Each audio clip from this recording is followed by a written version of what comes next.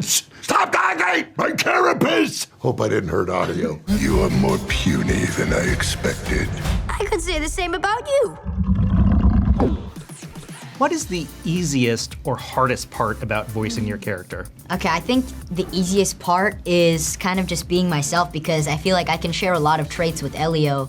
Elio's quirkiness, his ability to not care about what other people think. And the more challenging part is more like the sad scenes and the emotional scenes because communicating emotions through a mic is a lot harder than communicating emotions on camera.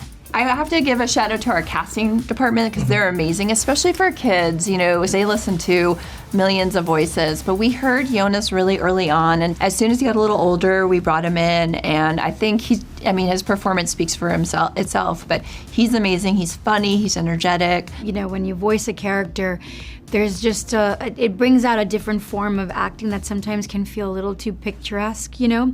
But you do have to because that way emotions are really accentuated and inflected. But it's so much fun. It's so much fun. What was the most fun about this character's voice?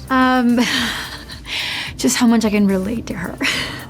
In terms of trying not to lose my noggin when the kid that I'm looking after doesn't listen and he's so determined to do things his way.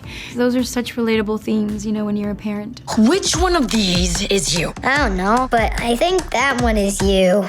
I really loved working with Zoe Saldaña. She really just helped us shape that character. There are many scenes in the movie, especially early on, where Olga has to fight with Elio, and just on paper those scenes could be too much, but she was always so smart, and she asked so many questions in the booth about where Olga's coming from, kind of getting to the root of Olga's frustration. It was just kind of a great collaborative partnership in that sense. Look at me in the eye and for once tell me the truth. So you were no newcomer to Pixar films. How did you find your way back as a villain, no less? You know, it's funny. It's my first villain that I played in an animated feature, and to be honest, they came to me, and they said, "We're thinking of you." And anytime someone says that, I said, "Who said no?" Because I don't think I've been a first choice at my wedding. I was on the fence. I walked down the aisle and she started to hide.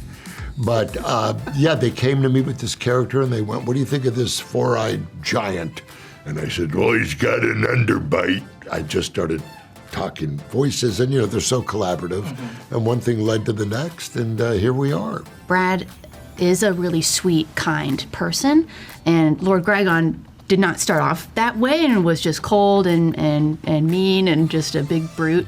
But I loved learning more about Brad and seeing he's really capable of these soft reads. And we ended up being able to take advantage of that at the end of the film. There's a line read from Brad that's particularly delicate that I was so impressed by. And I think that kind of influenced how that character evolved. That's a thing for your species? No, just a me thing. Everyone was shocked. What would Grigon's favorite word be? Silence! But he would say it like that because he's anything but silence. It always made me laugh when a teacher would yell, "Stop talking!" I always loved that stuff. Hope I didn't hurt audio. My son, are you prepared to become the greatest war machine in the universe? I don't know. What's a special skill or something fans might not know about? Ooh, okay. This one is almost like a hidden talent. My name is Yonas, and all of my friends call me Yo-Yo. That's my nickname. And ever since then, my friends, they're like, "Yo, do you even yo-yo?" I'm like, "No, I don't." And I took a weekend and I learned how to yo-yo. So I got a really good yo-yo. It's called an unresponsive one. So when you tug up, it doesn't actually come up to your hand. You have to do a trick for it to come back up to your hand.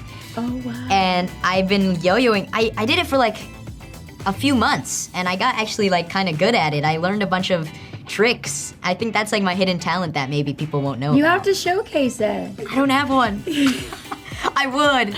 No, I mean on IG. Oh, I should. You gotta Yeah. do it. Zoe, what about you? What's a special skill that fans might not know about? I love to cook, and I'm just curious about food, and I feel that that's the way that I can connect to people.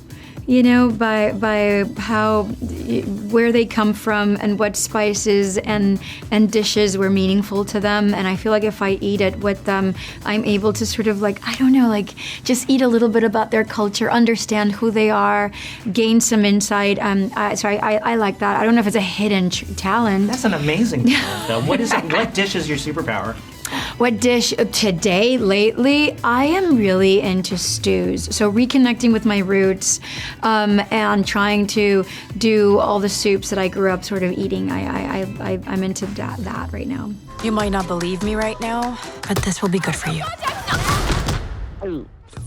People who watch Pixar films actually want to have some of these Pixar characters as their best friends in real life. Mm-hmm. Who is the Pixar character you want to have as a bestie? Dash.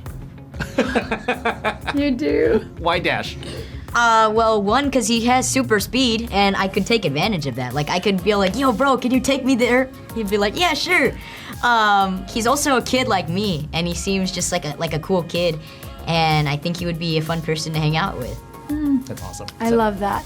I mean, all of the Incredibles, because they can always come in handy, but I would say WALL-E. Because just like WALL-E, I'm solar powered. So as soon as the sun sets, it's kind of like,